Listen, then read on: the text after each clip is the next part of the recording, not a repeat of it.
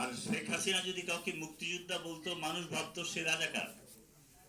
এমন হয়েছে যে শেখ হাসিনা রাজাকার শব্দটা ব্যবহার করেছে বলে সেই সময় আমাদেরকে স্লোগান দিতে হয়েছে, আমি কে তুমি কে, রাজাকার রাজাকার। মানে রাজাকার শব্দটাকে শেখ হাসিনা এইভাবে প্রমাণ বলেছেন মিথ্যা বলতে বলতে যে এই শব্দটা বলতেও আমরা সাই ফিল করতাম। শুধু আমি তো মনে করি রাজাকার যে শব্দটা আছে, আল বদর আল শামস, সারা জীবন যেমন ঘৃণিত ছিল, আগামী প্রজন্ম থেকে প্রজন্ম ধরে রাজাকাররা ঘৃণিতই থাকবে। আমরা তাদেরকে ঘৃণাই করব ইনশাআল্লাহ। শুধু ঘৃণাই করব না, মীর জাফরের নাম স্মরণ করলে যেমন আমরা অপমান করি, রাজাকারের নামকে আমরা অপমান করব।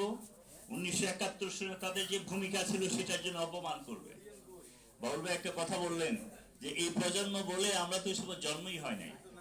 আমি শুধু তাদের উদ্দেশ্যে বলি, আপনাদের কথা ভাষা চালচলনে যদি সেই রাজাকারদের কথার মতো হয়, জামাত ইসলামের ভাষা যদি সেই বাংলাদেশের স্বাধীনতার বিপক্ষে হয়, তাহলে তো ধরে নিতে হবে আপনার আদর্শ চাল চলন সবকিছুই সেই রাজাকার আল বদরের মতোই রয়েছে।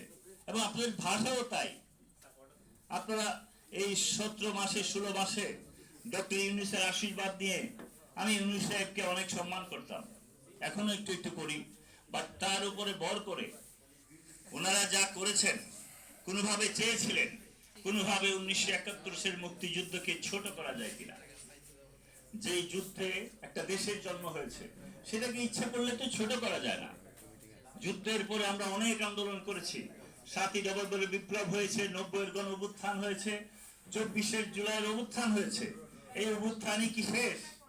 জাতির যদি প্রয়োজন পড়ে, আবার যদি মনে হয় 71 সনের চেতনাকে ধারণ করার জন্য, বাংলাদেশের চেতনাকে ধারণ করার জন্য, সবার আগে বাংলাদেশের স্লোগানকে ধারণ করার জন্য, এমন 5ই আগস্টের প্রতি বছরে বছরে হতে পারে।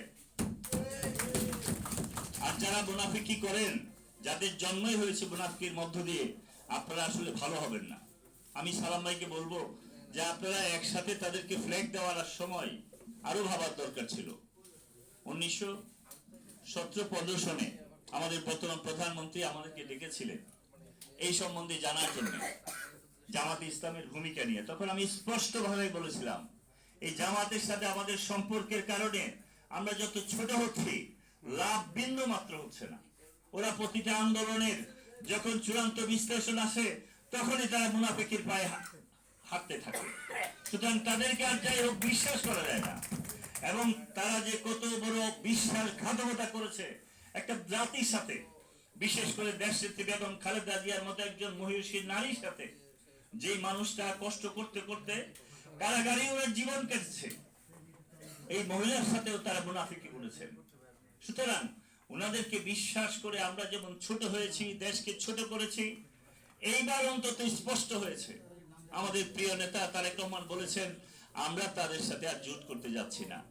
এই জন্য ওনাদের খুব মন খারাপ হয়েছে যে এবারও চাইছিলেন কোনোভাবে সালাম ভাইদেরকে ম্যানেজ করে, নেতাকে ম্যানেজ করে যদি কয়েকটা মন্ত্রী টন্ত্রী পেয়ে জাতীয় সরকার করে আবার একটা বড় মুনাফিকির রাস্তা তারা খুঁজে বের করবেন। আমি আমার নেতাকে অনুরোধ করব, আমার কাছে গ্রামে গিয়েছি, আজকে কালকে রাতে এসেছি, আমি যেয়ে দেখলাম যে জামাত বড় বড় কথা বলতো আগে, এই জামাত আবার গুপ্তের পথে, তারা এখন গুপ্ত ভূমিকা নিচ্ছে। এলাকাতে আমি যেয়ে দেখলাম, আমার অফিসে জামাতের ইলেকশন করবে, সে আইসা বলতেছে কোন নেতা আমি আর ইলেকশনে নাই, আমি এখন মাদ্রাসা নিয়ে ব্যস্ত, মাদ্রাসা চালাবো। আমি বললাম কালকে না শুনলাম আপনি ইলেকশন করবেন, এখন কি আরো ভালো প্রার্থী পেয়েছেন, ছেড়ে দিয়েছেন আপনি? আমি তার কথা এবং সবকিছু মিলে আমি যেটা পেলাম, আবার তারা গুপ্তের পথে। আমি নেতাকে অনুরোধ করব এবং জাতির সামনেও বলতে চাই, এই দেশে একটা গুপ্ত আইন হওয়া উচিত। অতীতে যারা গুপ্ত ছিল যদি তাদেরকে কোনো কারণে আপনি ক্ষমা করেন, ভবিষ্যতে যারা গুপ্ত হতে যাবে তাদের বিচার যদি বাংলাদেশে না হয়, বারে বারে এই মুনাফিক গুলা গুপ্ত হবে আর আমাদেরকে অপমানিত করবে। সুতরাং আমি আজকের এই অনুষ্ঠান থেকে আমি দাবি জানাতে চাই, অবিলম্বে একটা গুপ্ত আইন হওয়া উচিত। যারা অতীতে করেছে সেটা স্টপ থাকবে।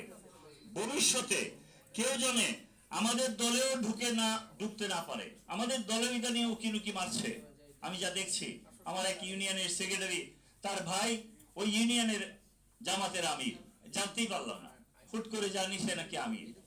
এই ধরনের অনেক লোকজন আসছে যারা আমাদের দলে ঢুকেছে অতীতে, আমরা একসাথে বরণও করেছি। সেই জায়গাগুলো বন্ধ করে বাংলাদেশের স্বাধীনতার সংগ্রামকে যারা অপমান করবে, এটাকে রক্ষা করার জন্য প্রয়োজনে 5ই আগস্টটা হয়েছে, 2000 2,500 মানুষ আমরা মৃত্যুবরণ করেছি, আমাদের সন্তানরা হত্যা হয়েছে, ওয়াসিম মুগ্ধের রক্তের উপর আমরা দাঁড়িয়েছি। প্রয়োজনে এর চেয়ে বড় বিপ্লব হবে, তবু এই ধরনের মুনাফেক মির্জাফর রাজাকারদেরকে বাংলাদেশের মাটিতে কোনো অস্তিত্বই দেওয়া যাবে না। আমি সেই কথা বলে আবারও ধন্যবাদ জানিয়ে, আর আমি ব্যক্তিগতভাবে আমার আপন চাচা মুক্তিযুদ্ধে শহীদ হয়েছেন, সেই শহীদের রক্তের উপর দাঁড়িয়ে আর যাই হোক, আমরা তাদের উত্তরাধিকার হিসাবে আমরা যদি মুনাফিকি করি, ক্ষমতার কারণে একদিন জাতির কাছে জবাব দিতে হবে, এবং যেই জবাব আজকে আমরা দিচ্ছি।